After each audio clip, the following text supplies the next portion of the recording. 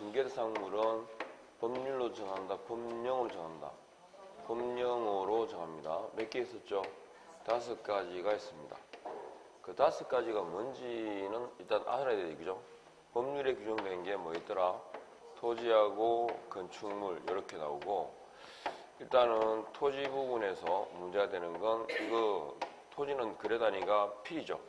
그래서 필지, 1필지, 일부일 때 이제 어떻게 되느냐 보고, 그래서 1필지 1부는 매매 등을 할 수는 없죠, 그죠? 그런데 용익물권이라든지 임차권의 대상은 됩니다. 그리고 1필지 1부가 만일에 뭐 사고 판다든지 저당권 설정 행위의 대상이 될 때는 뭘 거쳐야 되죠? 분필이라는 걸 거쳐야 됩니다. 그래서 분필 절차를 거친 후에 이렇게, 그리고 1필지 1부다 할 때, 일단 이거는 그래요. 일단 기억할 게 1필지 1부는 거래할 수 있을까 없을까? 일단 요 거래라는 의미가, 그러니까 용익물권이라든가 임차권까지 포함해서 큰 넓은 의미로, 그 다음에 건물이라고 할 때 건축물은 주의하실 게 건물의 범위 있었죠. 건물이라고 하는 것은 뭐다? 현존하는 건물뿐 아니라 장래의 건물도 포함된다는 거. 그래서 우리가 주의하실 건 범위에서 권자가 붙잖아요. 권자가 붙는 것 중에 중개대상물은 그냥 분양권만 생각하시랬죠. 분양권을 말합니다. 그리고 판례상에서 건물로 보는 경우가 몇 개 있더라? 3개 있었거든요. 분양권, 지붕, 기둥, 주벽으로 이루어진 건축 중인 건물, 컨테이너 하우스까지 해가지고 3가지입니다. 그리고 원래 여기 건축물이다 할 때, 건물이다 할 때 이건 민법상에서, 그죠? 민법상 부동산인 건축물에 한정된다. 그리고 건물에서 또 하나 더 붙여놓은 게 뭐냐면 정착물이 나와요. 토지의 정착물, 건물도 정착물 맞죠? 근데 등기법에서 별개의 독립한 부동산으로 봅니다. 그리고 정착물 중에서 기억하실 건 뭐 하나밖에 없죠? 어떤 거? 그렇죠? 명인방법에 의한 수목의 집단.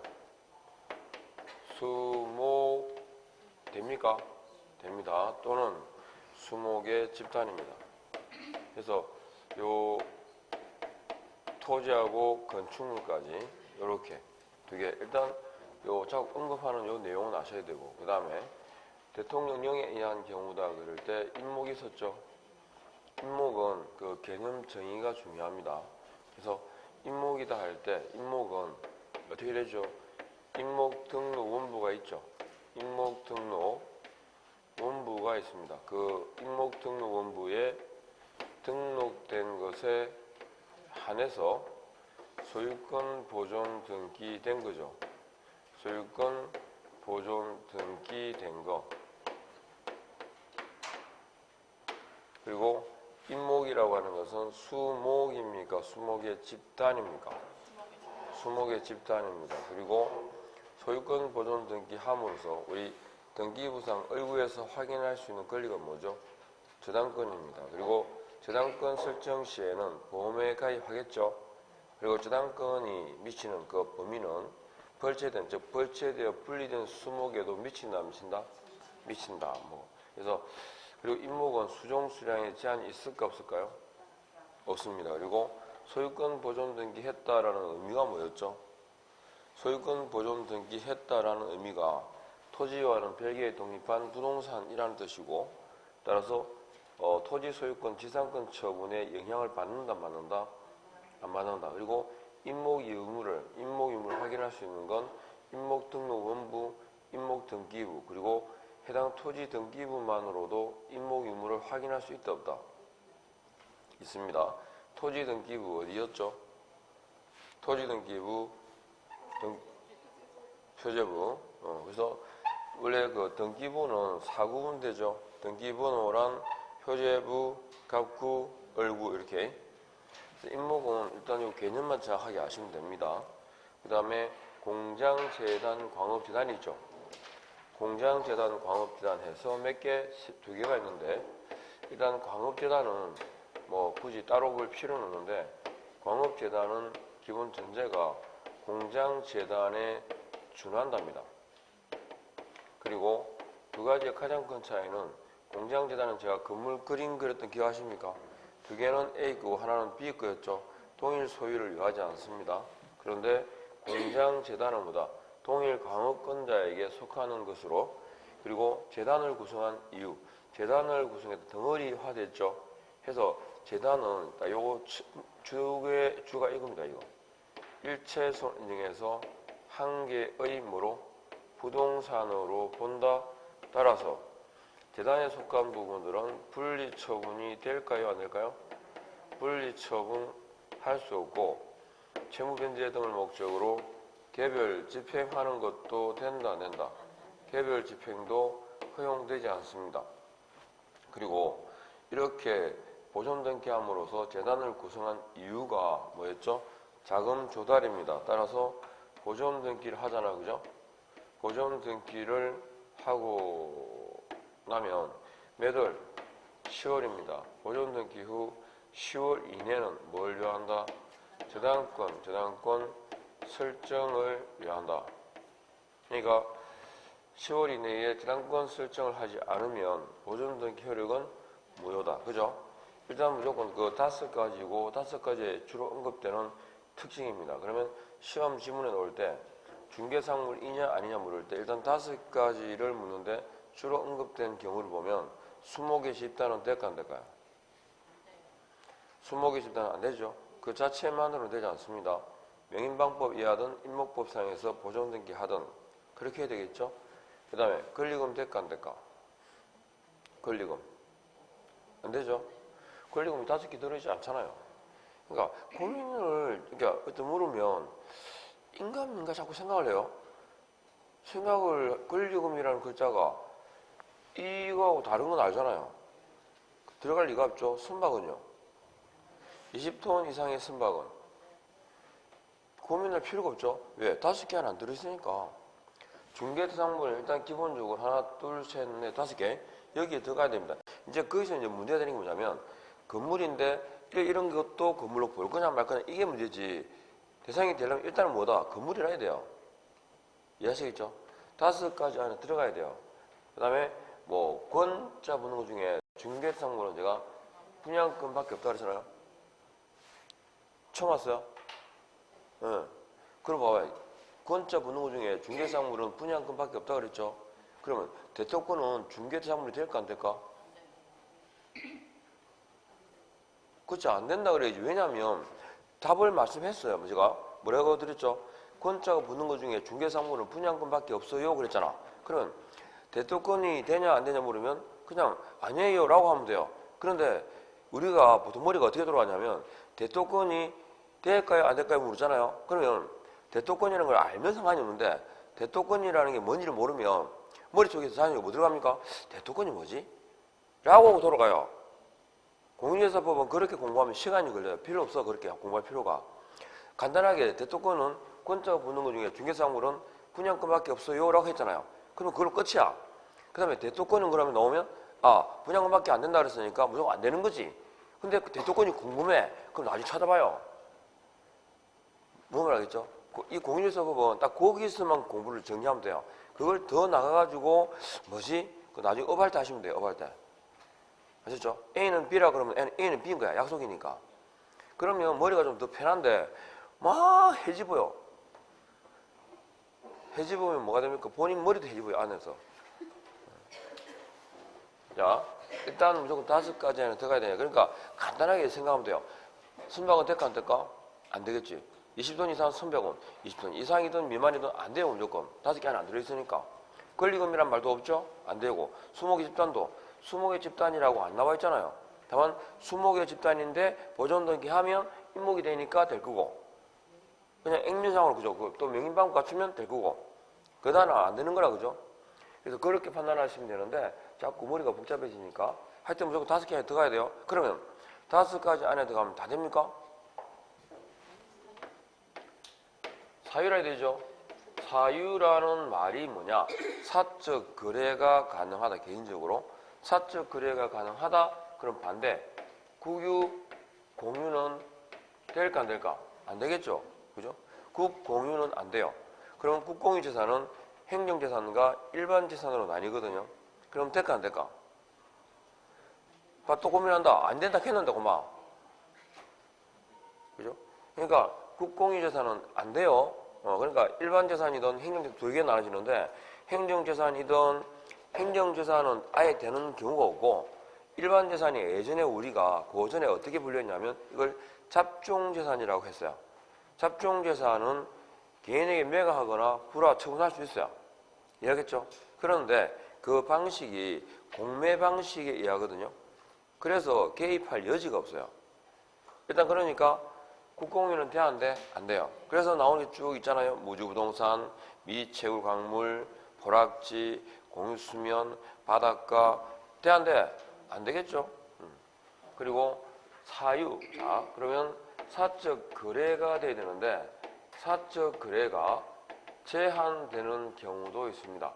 이건 공법상의 제한이 있을 수도 있고 사법상의 제한이 있을 수 있는데 이 제한이 주어질 때도 될까 안 될까?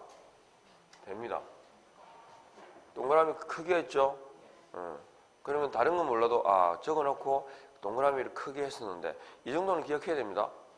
그러니까 내용을 기억 못하면 이걸 사진처럼 기억을 하면 돼요. 암기할 때 요령이 그렇거든요. 그러니까 내용을 막 기억하면 이게 유추가 되고 이게 연결이 안 되면 잊어버려요. 근데 그림으로 보면 그냥 액면상 그냥 그대로야. 아셨죠? 그래서 공법과 사법 아셨죠? 이렇게. 그럼 제한이 주어져도 된다 그랬으니까 토지거래 허가구역 내 토지 됩니다. 제한 주어도 뭐 하면 되죠? 원래 토지거래 허가제는 강행규정이죠. 그리고 이건 허가받지 않은 계약은 무효가 됩니다. 그러니까 어떻게 합니까? 허가를 전제로, 맞죠? 허가를 조건으로 계약을 체결하죠. 그래서 밑에 적습니다. 뭐라고? 특약사항에. 허가를 받지 못한 경우에는 계약은 무효를 하고, 그죠? 계약금 등은 원상대, 원래대로 흘려주기로 한다. 전액. 맞죠? 이렇게가 특약사항을 딱 적어놨는 거야. 그러면 허가 받으면 확정적으로 가는 거고, 허가 못 받으면 그냥 계약 자체 무효죠. 그렇게 하잖아요. 그 다음에 개발 제한 구역 내 임야는 될까 안 될까? 개발 제한 구역 내 임야는 될까 안 될까요? 늦게 왔으니까 대답해봐요. 됩니다. 안 되나? 동그라미 있잖아 그래. 그렇지. 그렇게 판단하면 돼요. 뭘 고민을 해요. 동그라미 됐는데 무조건 뭔지 모르지만 하여튼 된다고 해놨는데. 그죠? 거기서 고민을 할 필요는 없지. 개발 안 하면 됩니다. 그러니까 제한이 주어져도 된다 안 된다? 돼요. 근데 제한이 주어지는데 지금 어젠가? 아닌가? 어제죠? 그거 보니까 청와대에서 그런 얘기 했대요. 부동산 가격 안정 때문에, 주택 가격 안정, 이런 것 때문에 주택 거래 허가제 있잖아요. 뭐 그것도 이렇게 균형할 수 있다. 뭐 그런 얘기 하는데 신경 안 써도 돼요. 거기 대상되는 거 없잖아. 제도 한다면 본인은 대상도 안 해요. 공소처 우리 대상도 아니야. 그죠? 10억 이상 되고, 고액의 그런, 이 동네는 그런 것도 없어, 이 동네는. 그죠? 저쪽 동네 가면 또 있긴 있겠네. 예. 그러니까, 그냥 그거 가지고, 본인이 해당되도 안 돼. 뭐더라? 누가 보유세 인상하니까, 그래요. 강군을 해. 보유세 내면 좋겠다. 그죠? 보유세 500만원 내던 사람이 700 된다고 뒤지을 것 같습니까? 아무 상관없어요. 그리고 투자하고 하는 사람도 있잖아요. 그러니까 이것도 정책 담당자도 좀 인식해야 돼. 투자하고 투기하는 사람들은 세금 얼마에 안 떨어요. 돈이 얼마가 생기냐 더 투자하느냐 문제지. 그죠? 그거 몇백억 있는 데서 몇십만 원이 그게 돈처럼 보여? 돈처럼 보이기 때문에 돈을 모았겠죠, 그만큼. 하여튼 중개상물은 최소한 지금 칠판에 판서되어 있는 요 정도까지 아셔야 됩니다. 그래서 이렇게 하면 중개상물인가 아닌가를 물어요. 근데 묻기를 또 하나 있어요. 중개대상물이냐 아니냐를 묻기도 하고 또 하나가 중개행위의 대상이 되는 것으로만 묶여진 것은 이렇게 나오거든요. 그러니까 개인 소유에 속하는 이 5가지를 대상으로 한 뭐다? 법률행위 있죠? 법률행위라야 뭐가 됩니까? 중개행위의 대상이 돼요. 그럼 중개행위 대상이 되니까 법률행위는 매매교환 임대차만 얘기하던가요? 그렇지는 않죠, 그죠?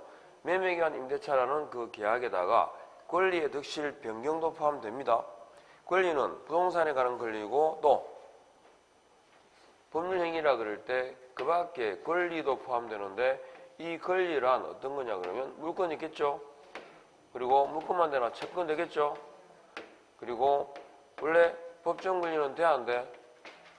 이 권리가 계약으로 득실 변경이 가능한 경우이기 때문에 원래 법정 권리는 대상이 될 수가 없어요. 그런데 되는 경우도 있죠. 딴 거 없고 세 개만 알면 돼요. 뭐 법정 담보 물건인 유치권과 그 다음에 법정 지상권 있습니다. 그리고 법정 저당권 있습니다. 법정 저당권까지 이 세 가지는 공통적으로 셋 다 법정 권리죠.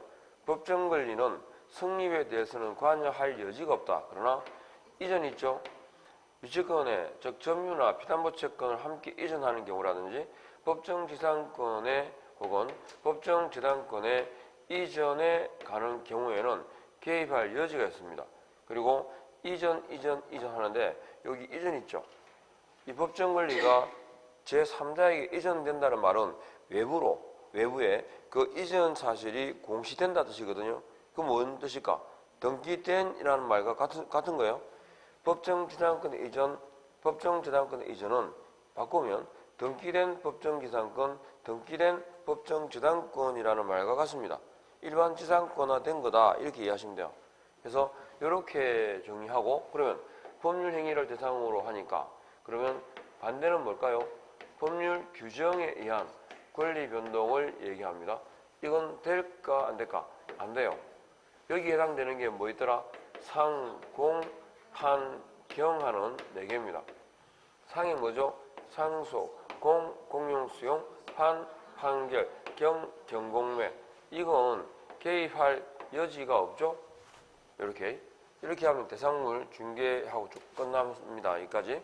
그러면 또 공인중개사 제도가 나오는데 자 공인중개사 제도에서 누가 시행하는 시험에 우리가 공인중개사가 되고자 하는 자는 누가 시행하는 시험에 합격할까요?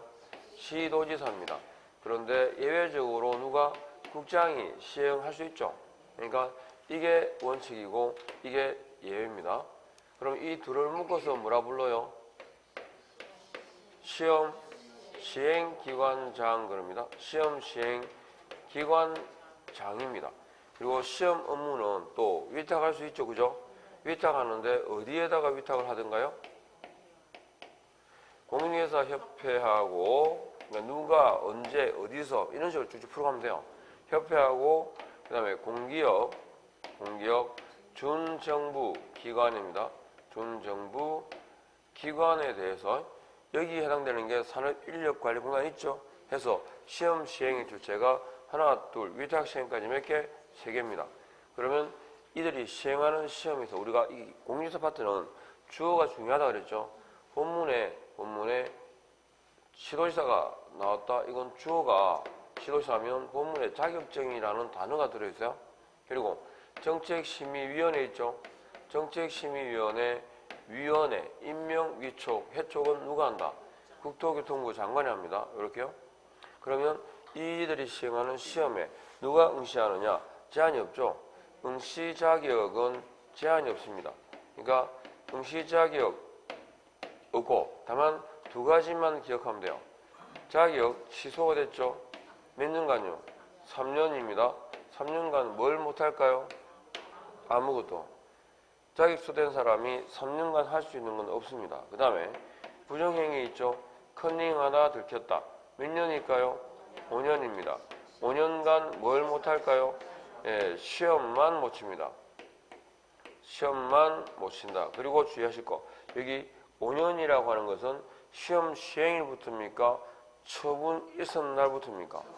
그죠? 당일 시험은 무효라고 그 무효 처분 있었는 날부터 몇 년? 5년간 뭘 못한다? 시험만 못 친다. 그죠? 그리고 공인중개사 자격 시험을 칠 때 응시를 하게 되는데 이 시험은 매년 1회입니까? 1회 이상입니까? 매년 1회 이상 치고 시험은 1차, 2차로 나뉘어지죠? 1차, 2차로 나뉘어지는데 1차 시험에 합격하게 되면 다음 해입니까? 다음 연도입니까? 다음 해 면제가 됩니다. 아셨죠? 요거. 그래서 매년 1회 할 때 이상이라는 요 부분이 들어가야 되고, 그 다음에 다음 연도가 아니라 다음 해, 여기 포인트. 그럼 시험을 치는 사람은 응시 원서를 내겠죠? 응시 원서를 제출해야 되는데, 근거는요, 각종 서식은 뭐로 정한다? 국토교통부 령으로 정합니다. 응시 원서를 제출할 때 응시 수수료 28,000원 내죠? 그 28,000원의 근거가 누가 시행하는가에 따라서 근거가 달라집니다. 시도지사가 시행하면 시도 조례가 될 거고, 국장이 시행하면 국장이 결정 공간의 수수료, 위탁 시행은 위탁 받은 자 한자, 위탁 한자가 결정 공간한 거예요? 위탁 받은 자가 결정 공간한 거예요? 위탁 받은 자가 위탁한 자의 승인을 얻어서 결정 공간은 수수료를 납부합니다. 그죠? 그러니까 이 경우에는 시도조례, 이 경우에는 국장이 결정 공고하는 수수료. 이건 위탁 받은 자입니다. 그죠? 위탁 받은 자가 결정 공고하는 수수료. 그죠? 그러면 시험을 칩니다. 공제서 자격 시험은 어떻게 해요? 1, 2차 시험을 구분하되 동시에 시행할 수 있죠? 구분하되 동시에 시행할 수 있다 해서 구분하되 동시에 시행하는 경우에는요, 시험의 1차 시험이 불합격되면 2차는 무효가 되죠. 그리고 2차 시험도 1차 시험 방법에 따른다가 여기 나옵니다. 구분하되 동시에 시행한다. 그러면 시험을 치죠. 시험을 치는데 문제는 응시 원서를 제출했다가 시험을 안 칠 건데 라고 하는 거 있죠. 의사를 처리할 수 있습니다. 그러면 응시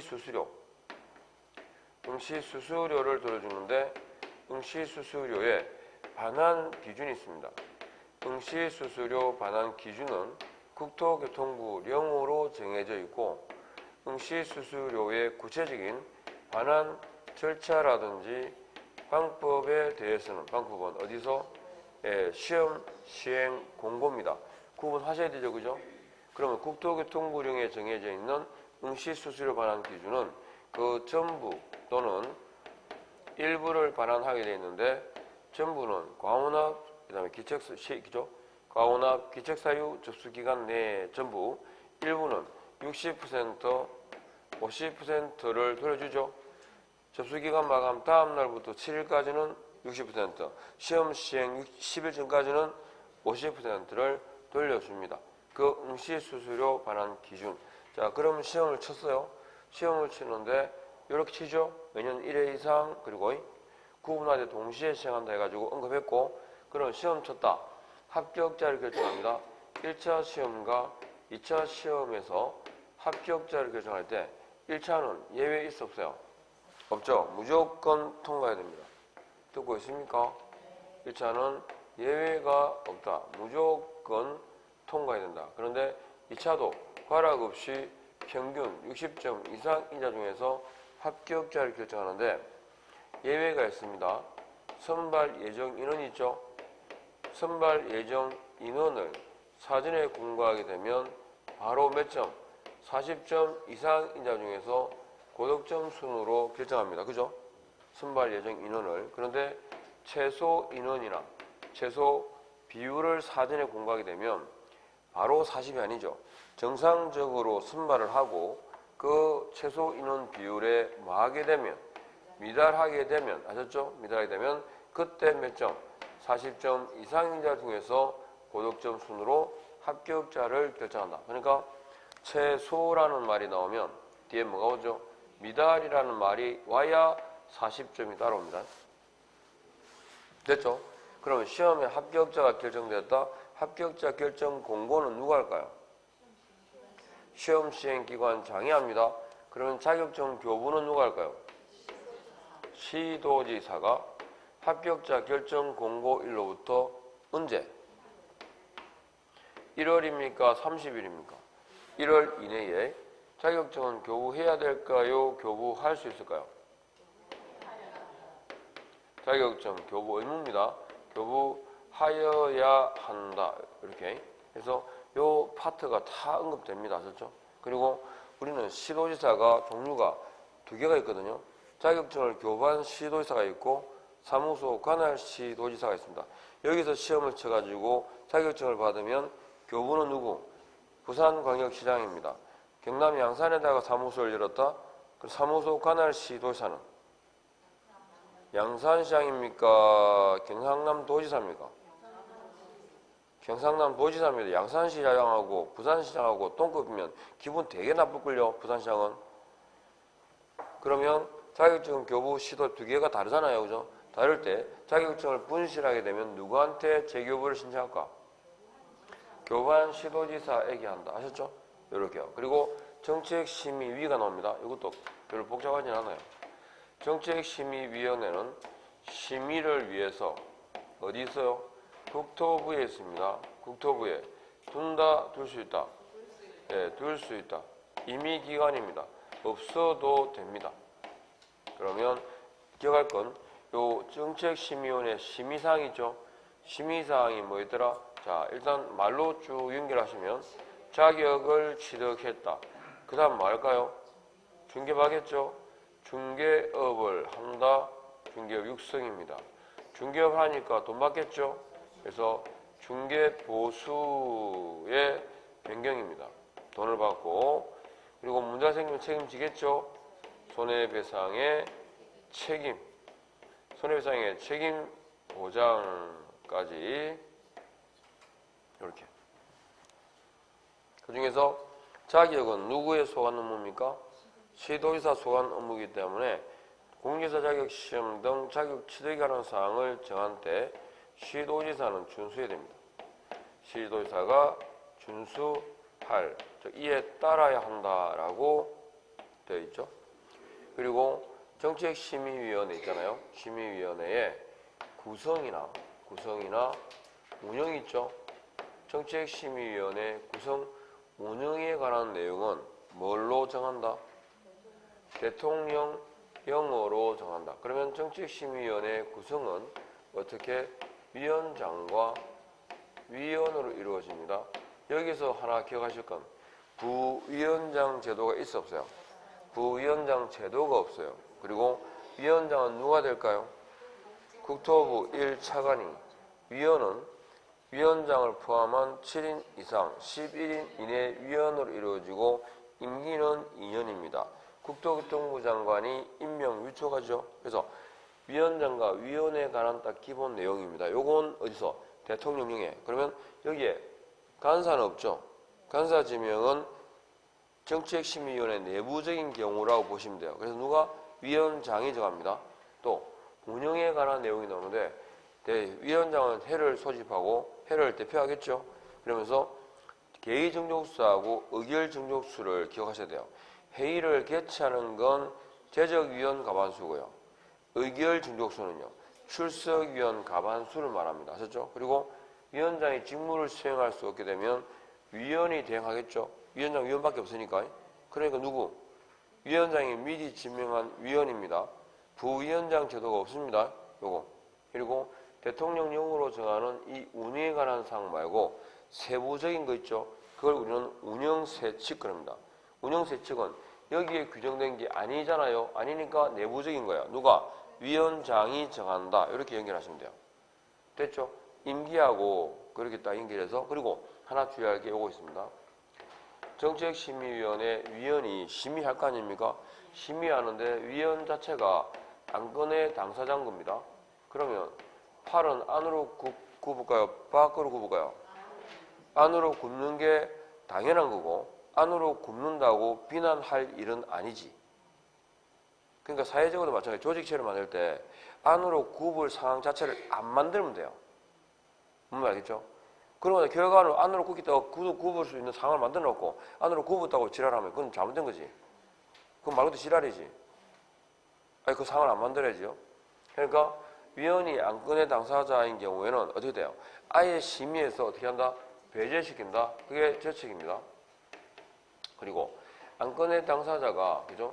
그 심의위원회 면면을 보니까 나랑 반대 입장에 있는 위원도 있어요. 그러면 이 사람은 중립적으로 볼 리가 없죠. 그래서 객관적 그 공정한 심의를 기다릴 수 없으니까 저 사람을 빼주세요. 이게 뭡니까? 기피 신청합니다. 근데 이 기피 신청을 받아들일지, 즉 수용할지 말지는 심의위 의결로 정합니다. 위원장이나 누가 정하는 게 아니고 이 기피 신청의 수용 여부는 뭐라고? 심의위 의결입니다. 심의위 의결사항 가운데 하나입니다. 그리고 위원이 제적 사유에 해당한다라는 사실을 알았잖아, 그죠? 그러면 그 본인이 스스로 뭐 해야 돼요? 스스로 벗어나야 돼요. 회피해야 됩니다. 회피해야 되는데 회피를 안 하잖아요. 그러면 회촉할 수 있다. 누가요? 국장이. 정책심의위원회 위원에 관한 내용은 누가 한다고? 국장이. 국장이 임명, 위촉, 회촉까지. 됐죠? 이렇게 해가지고 정리하시면 돼요. 자, 그리고 우리가 등록에 대해서 말씀드렸는데, 자, 등록. 자, 기업공인중개사가 나와요. 개공은 공인중개사법에 의해서 뭐한 사람이다? 등록한 자입니다. 등록했다라는 말은 뭐가 있다? 사무소를 두고 있다라는 얘기입니다. 그죠? 그러면 등록 이퀄 사무소니까 등록은 대인적 처분입니다. 1인 1등록주의죠. 그럼 사무소 몇 개일까요? 한 개가 원칙입니다. 근데 1등록주의에 대한 예외, 즉 이중등록이라는 예외가 있어 없어? 있다고. 없는 거 지내지 말고. 없어요, 그죠? 그러니까 이중등록하면 습관적으로 쭉 이어져죠. 뭐 이중등록, 이중소속, 양도대여가 허용되는 예외는 없고 절대적 금지이기 때문에 등록은 어떻게 될까? 절치입니다. 등록은 취소해야 할 수 있다. 해야 됩니다. 이게 이중등록에 관한 규정이에요. 절대 금지죠. 그러면 1사무소 원칙이잖아요. 1사무소가 맞는데 이중사무소가 되면 위반 맞죠? 이중사무소가 되면 이거 절대 금지입니까? 상대 금지입니까? 상대적 금지입니다. 사무소를 설치하는 단위는 시군, 구거든요. 근데 시군구에다가 사무소를 2개 둘 수 있어 없어? 그건 없어요. 그런데 자연인하고 다르게 등록을 할 수 있는 자가 공인중개사 법인이잖아요. 그럼 법인도 개공이 된단 말은 등록하겠죠.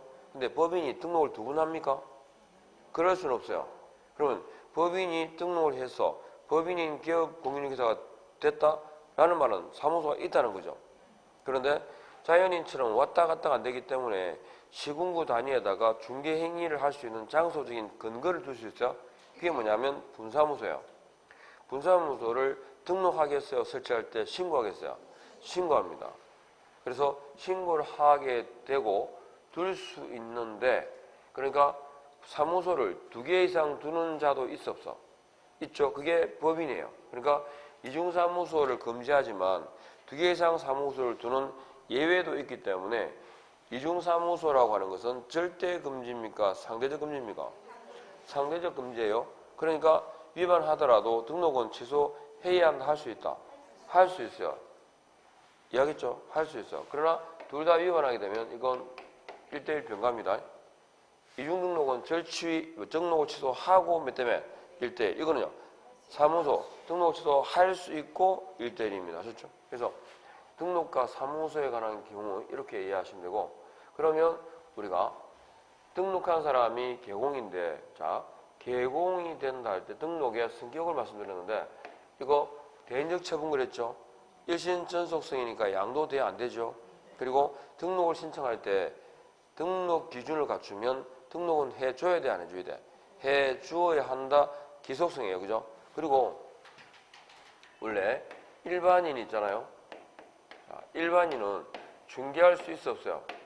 있어요. 그런데 일반인이 중개를 업으로 할 수 있다 없다? 없어요. 일반인이 중개를 업으로 하는 것은 금지되어 있죠. 금지된 행위를 했다. 뭐가? 위법한 행위죠. 여기에 대해서 제재는요. 무등록자는 무조건 3대3입니다. 그럼 무등록자의 중개로 체결된 거래는 유효다, 무효다? 유효다. 이유는 등록이 효력 요건이 아니라 위법이냐 적법이냐를 다툴 뿐입니다. 그래서 자, 일반인이 중개하는 건 금지되어 있는데 일정한 요건을 갖춰가지고 등록을 했습니다. 일반인이.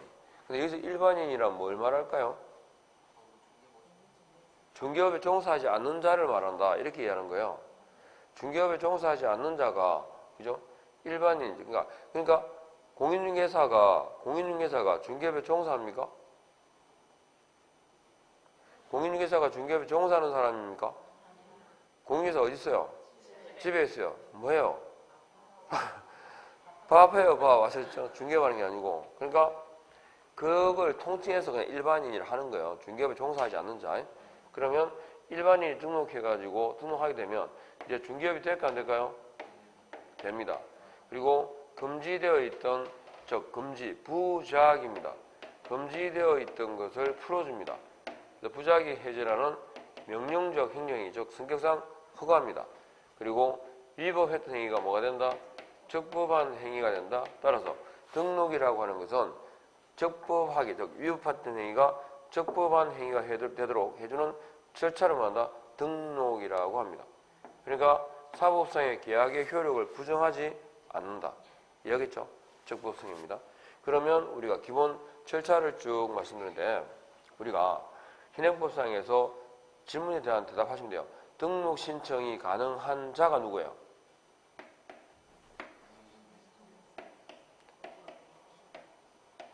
야, 이게 우리가 계속 강의할 때 유선 마이크 있잖아요. 이걸 쓰는 습관이 들어있었거든요. 근데 왔다 갔다 하는데 제가 하는 학원에 무선 마이크가 있는 거예요. 손이, 그리고 또 이게 마이크를 차는 거 지금 차고 있거든요. 이게 스피커로 같이 나오는 경우도 있어요. 근데 이게 맨날 왼손에 들고 있는 게 습관 들어가지고 없으면 이상한가, 이게 손이 없으니까. 그래서 두 개를 선택해서 아무거나 쓰세요 라는데 뭘 쓰겠어요? 들고 쓴 거. 마이크 잡는 게 습관이 들어가지고. 근데 어떻게 무선도 되게 장점이 있대요. 이것도 사실은 뭐 쓰는데 전혀 지장이 없는데 무선 마이크를 쓰면서도 항상 코끼리죠, 코끼리. 딱 그 생각이 나는 거예요. 코끼리가 어릴 때 이게 발에다가 족시를 채워놓잖아요. 그런데 어릴 때는 힘이 없으니까 쇠사슬이 채워 있으니까 못 가요. 근데 큰 성인 코끼리가 됐을 때도 있잖아요. 그 줄만 묶여 있는데도 못 가요. 습관이 들어가지고.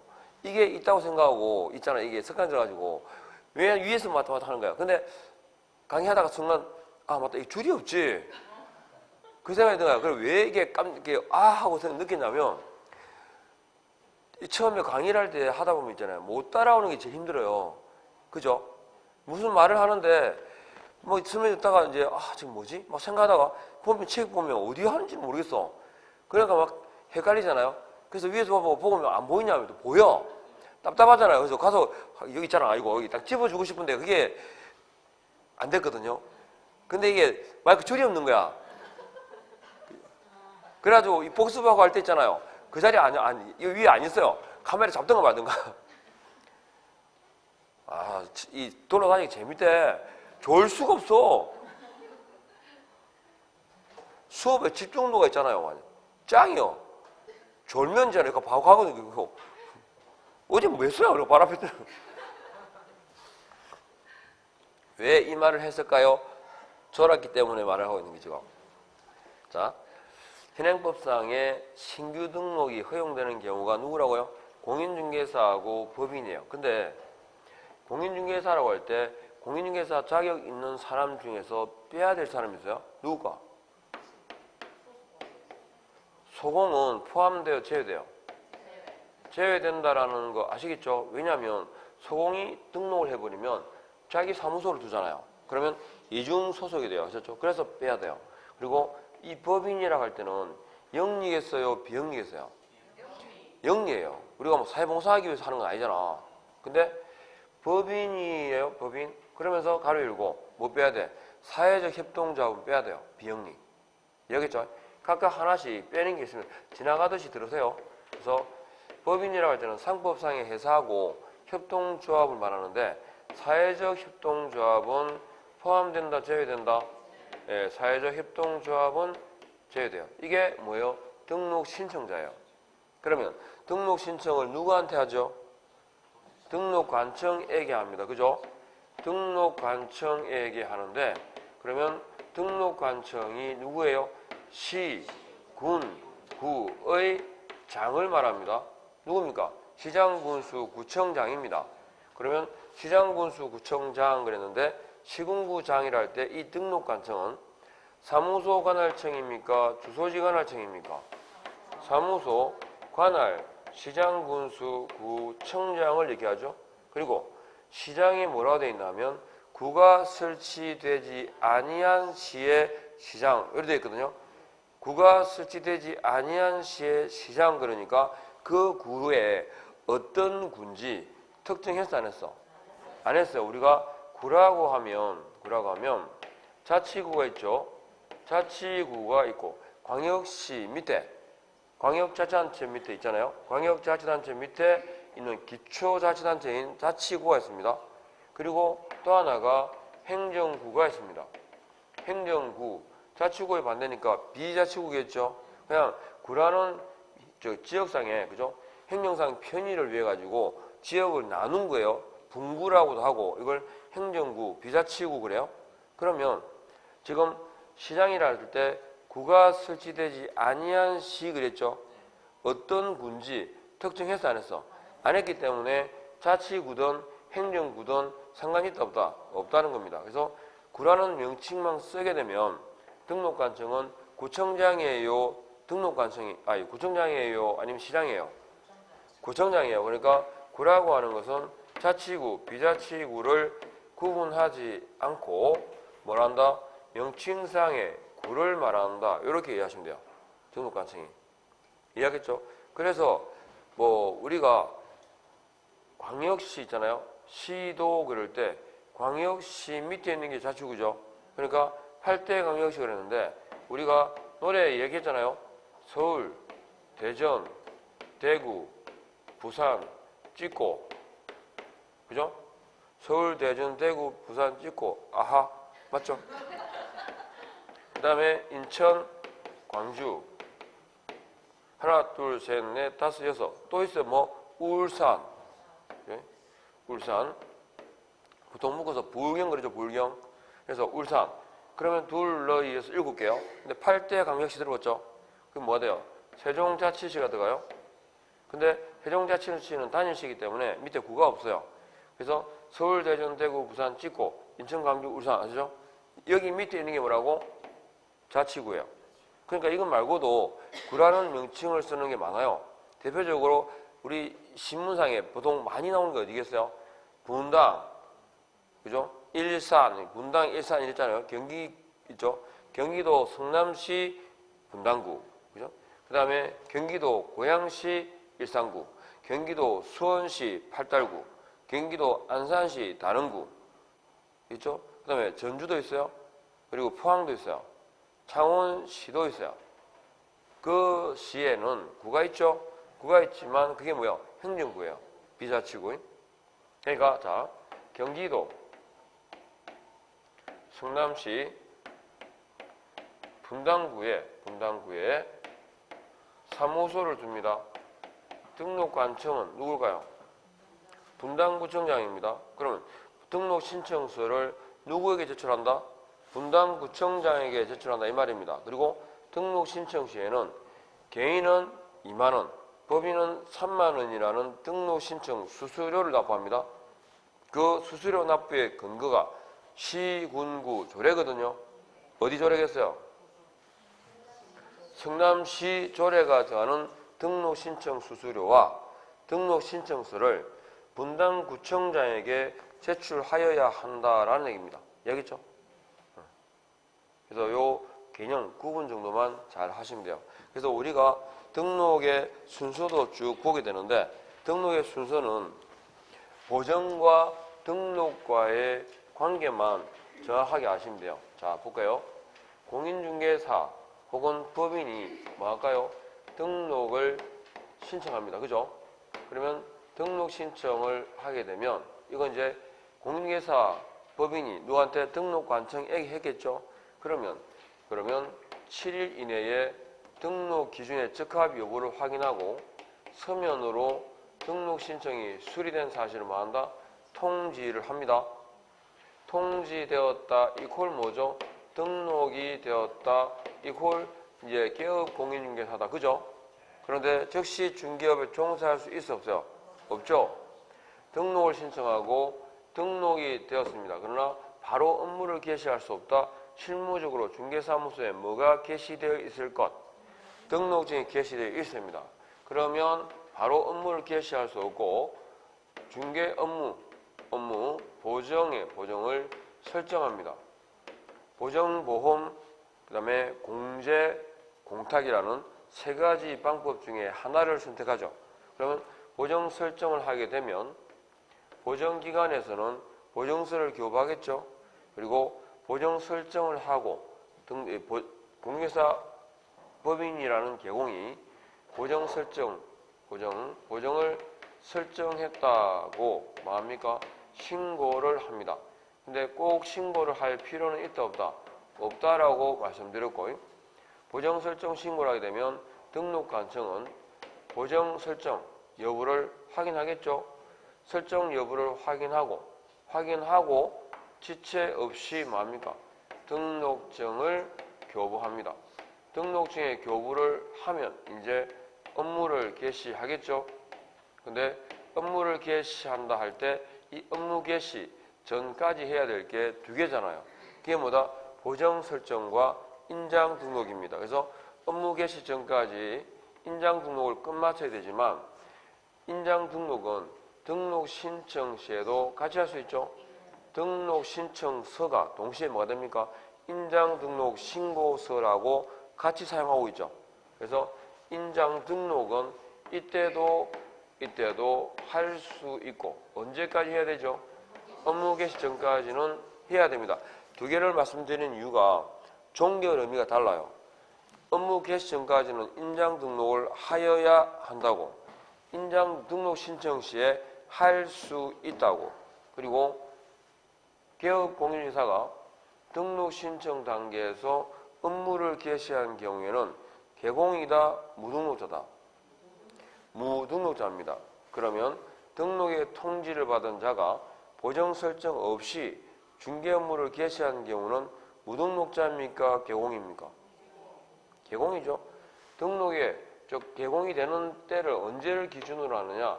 등록의 통지 시점이 객관적으로 개공 여부를 판단하는 기준이에요. 등록의 통지 이전이라면 무등록자, 등록의 통지 이후라면 개공. 다만 보정을 설정 안 했다든지 여러 가지 규정의 위반에 대해서 제재를 가할 뿐이에요. 이렇게 해가지고 지난주에 말씀을 드렸어요. 그죠? 그리고 오늘 등록 기준부터 등록의 절차 해가지고 쭉 갈 겁니다. 조금 쉬었다가 가겠습니다.